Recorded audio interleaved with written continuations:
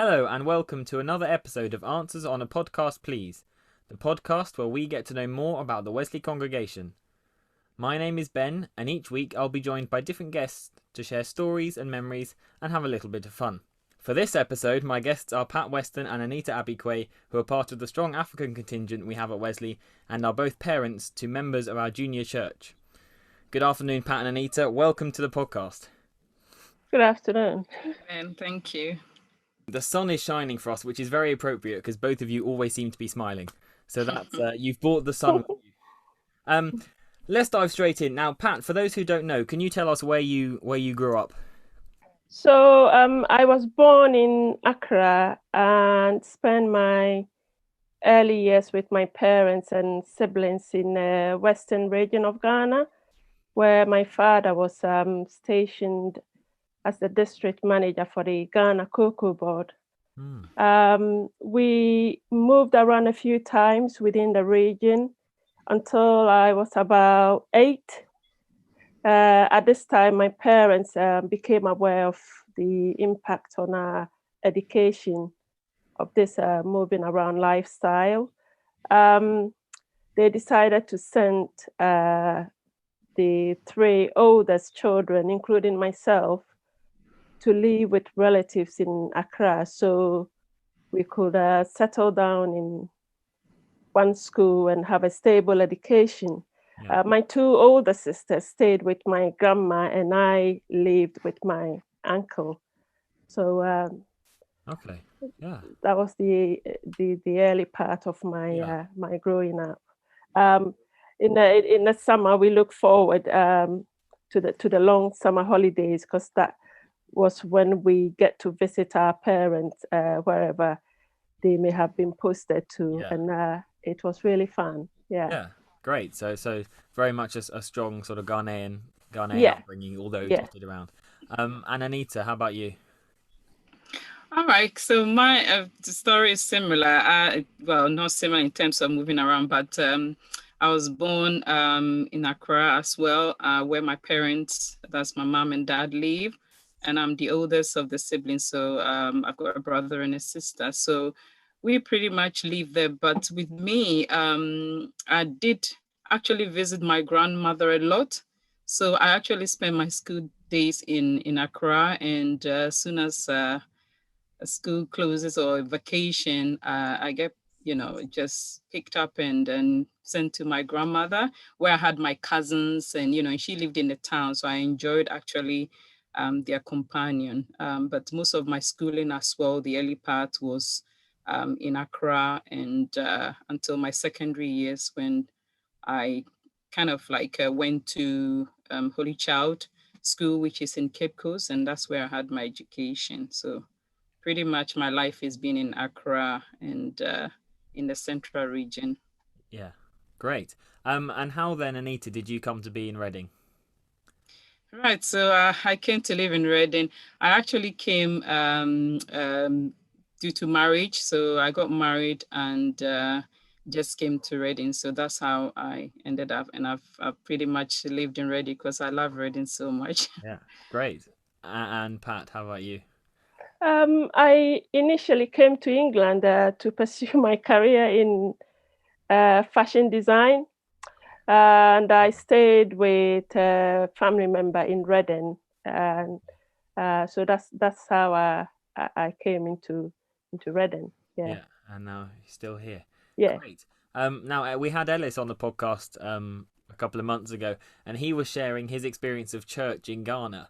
I don't know if you've heard what he said, but what can you share about he used to talk about how it went on for a long time, but there's a lot of focus on sort of a lot of traditional hymns and that sort of thing. What was your experiences of church back there? Yeah, I mean, I was born into the Methodist Church, and we attended church every Sunday. A church is similar to here in terms of the hymns, and they just play more drums and dancing, like Ellis said.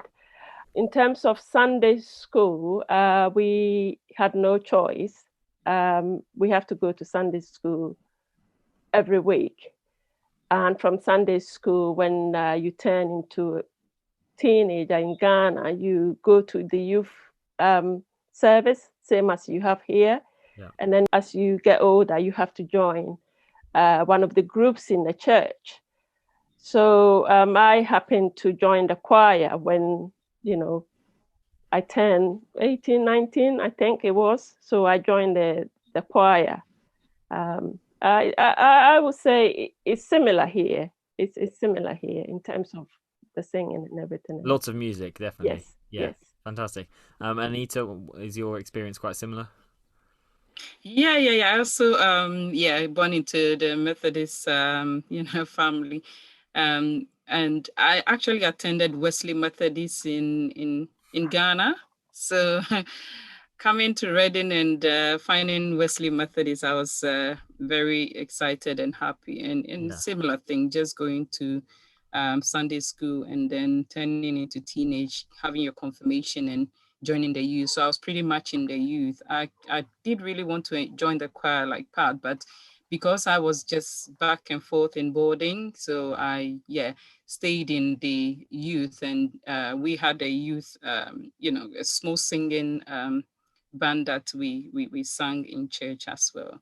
So it was pretty fun. Yeah. So great. Well, you slightly mentioned how you sort of came to be at Wesley in Reading. So both being from Methodist families, I suspect were you looking for a Methodist church in Reading, and that's how you came across Wesley?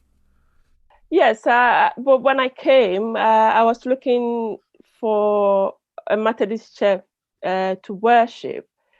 And I saw the sign for Whitley Methodist Church up on the Southampton Street. Yeah. So I visited for a couple of times, and I just didn't connect with the church and anybody, so I left.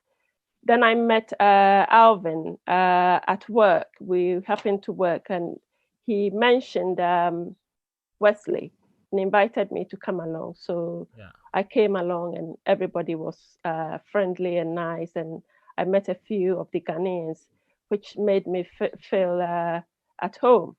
And I never, I kind of stayed for a while and then left.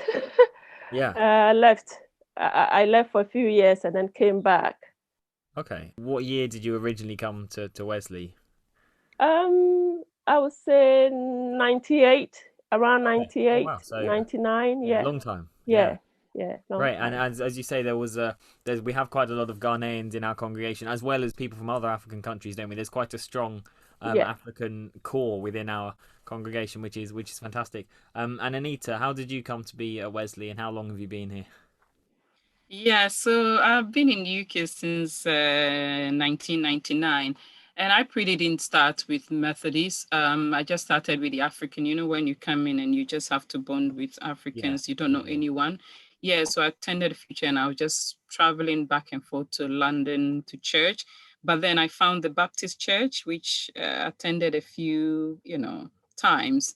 And then I just felt, I love the Methodist hymns and, all of that. So I just happened to find Wesley Methodist, and I can remember the first time I just walked into church, and may her soul rest in peace, but June was, at the door, and she welcomed me, and, that made me feel at home, and stayed since. And that's where I brought up all my, my children were born, actually. So what year did you come? Do you know that?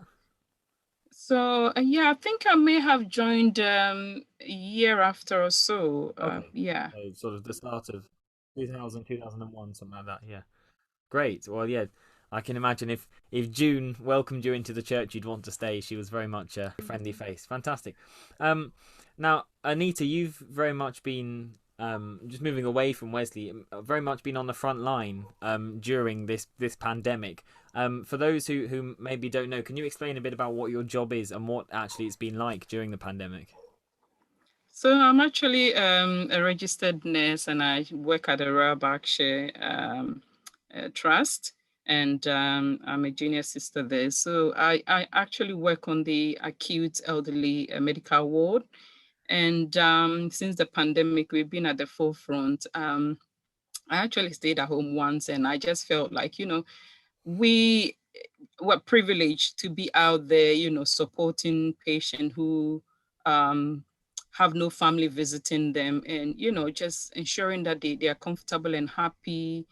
And yeah, it's pretty much been a hectic, year since the pandemic, but we all worked together as family at the hospital, and just kept each other going, and the Yeah. patient as well, seeing them recover and getting better.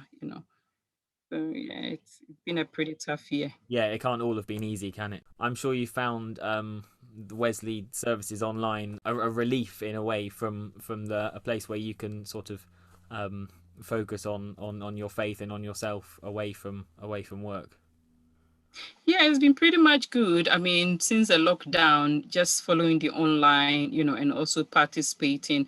I actually follow it religiously every Sunday, half Yeah. past 10 when church starts, Yeah. and followed it through. And I found it, has really built my faith, and sharing with friends as well. Even when I'm at work, I just Sundays when it's kind of like break time, or maybe when I have my spare time to follow the online, I just share with some of my friends who happen to maybe sit in the staff room, and Yeah. we chat. So That's it's been very, very helpful. yeah. Yeah. Great. Pat, you mentioned earlier in the podcast that you came to England to pursue a career as a fashion designer. Yeah. That's not what you're doing now, is it? No, no. I retrained with the AAT to become an accountant. So I'm pretty much working in finance. I currently work for a laboratory, and we make blood transfusion medicine for the NHS blood transplant. So we haven't stopped. We've been working throughout the pandemic. And me being a vulnerable person, I've been working from home all this time, and it has been very challenging, I must admit, because I had my work in one hand and I have work in the other, and trying to, stay positive all this time. It's been really, really tough, I must say. But having faith and knowing that God was always there for me has got me through till now. Yeah. And you've been one of our and in fact Anita sung a couple of times, but Pat, you've been singing weekly for our online. Yeah, it kept me going. It sort of kept me going. It gave me hope, um, the words from the hymns every Sunday, even though I've recorded, I follow the service online, and it's been amazing. Yeah. I couldn't get through this pandemic without the singing. Yeah, and and everything. because as you say, you've been at home throughout the whole time. You've been shielding. So even more so than a lot of us, you've, I'm sure, found either the recording or the services a way to connect with people who you can't meet up with outside or what have you. Yes, yes, it's been so helpful. That's the way, the only way I was able to connect with everybody, felt involved, and that kept me going. And also listening to your recording helped me to learn most of the hymns, because I've been singing a lot of them wrongly. So I've sort of picked up a few techniques, and hopefully I can get them right. There was one hymn that I recorded. Brenda played the organ as usual, and I came to record the guide track for the singers. Yeah. And she listened back to it, and she sort of slammed her hand on the table and said, "You've got it wrong," because I'd sung how I thought the tune went, and I wasn't really reading the music. Yeah. And I got it wrong. So even Mum and I are learning. We're still trying to get things right. Well, it's great to hear that the Wesley services have been a real help throughout all of this, and also that Anita, you've been able to share yours with those who might not have accessed it, but actually might have found comfort in it, especially in their difficult working roles and working environments. It's been great. Fingers crossed things keep progressing in a good way, and we can go back in. Yeah. To church. Can I just take the opportunity to say thank you to all the ladies at Wesley? They've been so good to me during the pandemic.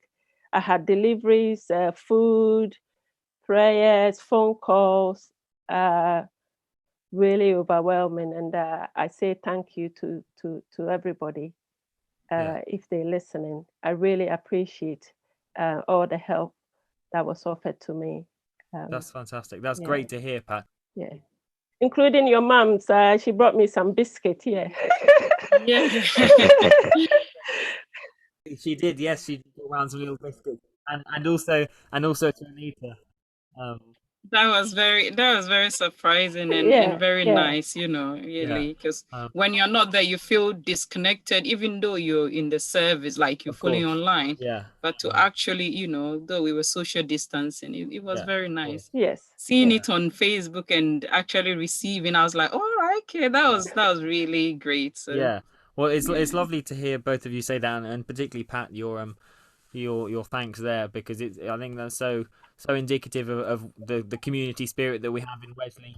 Not just on a Sunday morning in the building, but wider afield. And it's been great to hear that you've while you've been sort of restricted by certain things, that people have been there to yes, and they have really helped me. That I have so many people coming to my door with food, phone calls, I'm really, really grateful for their kindness. Yeah. I should chip in as well, grateful as well, because being in front line as well got affected, and I just had love, coming, and my thanks to all people out there who supported, staff at the RBH in particular. I'm not going to mention what, but all the staff in the trust that were helped, food, give, just to make us feel, that things are okay, even though it's not normal. We really felt grateful, and we're thankful for that. That's great to hear. I think, Anita, I speak for not just for me and for Wesley, but for everybody further afield. Our thanks to you and your colleagues in the NHS across the RBH and further afield for all that you've done during this, because you've been the real heroes, as it were, keeping going. I think we've reached the time where I will ask my guests some quick fire questions. So let's start with Anita. Sweet or savoury? Savoury. Lie-in or an early start? I'm actually an early start. Are you? Is that because you're so used to it for work? Yeah, but if I'm not working, then it's just lying, actually. So I'll probably go for lying. But if I'm working, it's early start. Favorite holiday destination? So my favorite holiday destination, obviously back home. Lovely. What's your favorite Bible verse? So John 3:16, for God so loved the world that he gave his only begotten Son, that whosoever believeth in him should not perish, but have everlasting life. Great. And what's your favorite hymn? And can it be that I should? I'm not going to sing all of it. I'll tell you, that's the one that my mum told me off for singing wrong. So let you into my secret now. How ironic. I know, yes, isn't it? So am I in tune or what? Oh, it's lovely singing, Anita. Lovely singing. And I'm sure everyone else will enjoy listening to that. Okay, Pat, it's your turn. TV or book? TV. Work from home or go to the office? I think I've had enough working from, so go to the office, definitely. I thought you might say that. Fair enough. Now you have to think quite a long way back for this, but what was the last country you visited? Spain, Mallorca. Oh, lovely. Yeah. And a last holiday before all of this kicked in? Yes. Who's your favourite Bible figure and why? My favourite Bible figure is Moses. I chose Moses because of his story. I kind of associate myself sometimes to his story, where when God calls us to service, to do his work, we tend to give excuses. Yeah. And I find myself sometimes like that, excuses, not realizing the resources that we have. So Moses had a lot of resources in his hand when God called him to lead the Israelites, and yet he was complaining that he didn't have enough. And I do exactly the same. I always complain before, reaching out to my resources and see what, I have in hand. And what's your favorite hymn? I would say Blessed Assurance. Jesus is mine. Yeah. And I like the chorus very much. This is my story. Yeah, it's very very sort of personal, but also sort of conviction, isn't it? Yes. Yeah. I like that hymn very much. Yeah. Great. Well, I know you're both very busy with work and children, and Anita told me just before this started it's actually Jonathan's birthday today. So happy birthday, Jonathan. But thank you both for taking the time out to chat with your busy lives, family and work. Thanks to you at home for listening. Don't forget to like this video and subscribe to our YouTube channel so you don't miss any future episodes. You'll also find all previous episodes of Answers on a Podcast Please on our YouTube channel. You can keep up to date with all the goings on at Wesley via our Facebook, Twitter and Instagram pages by searching Wesley Methodist Church Reading or by visiting www.wesleychurchreading.org. Join us next week for another episode of Answers on a Podcast Please.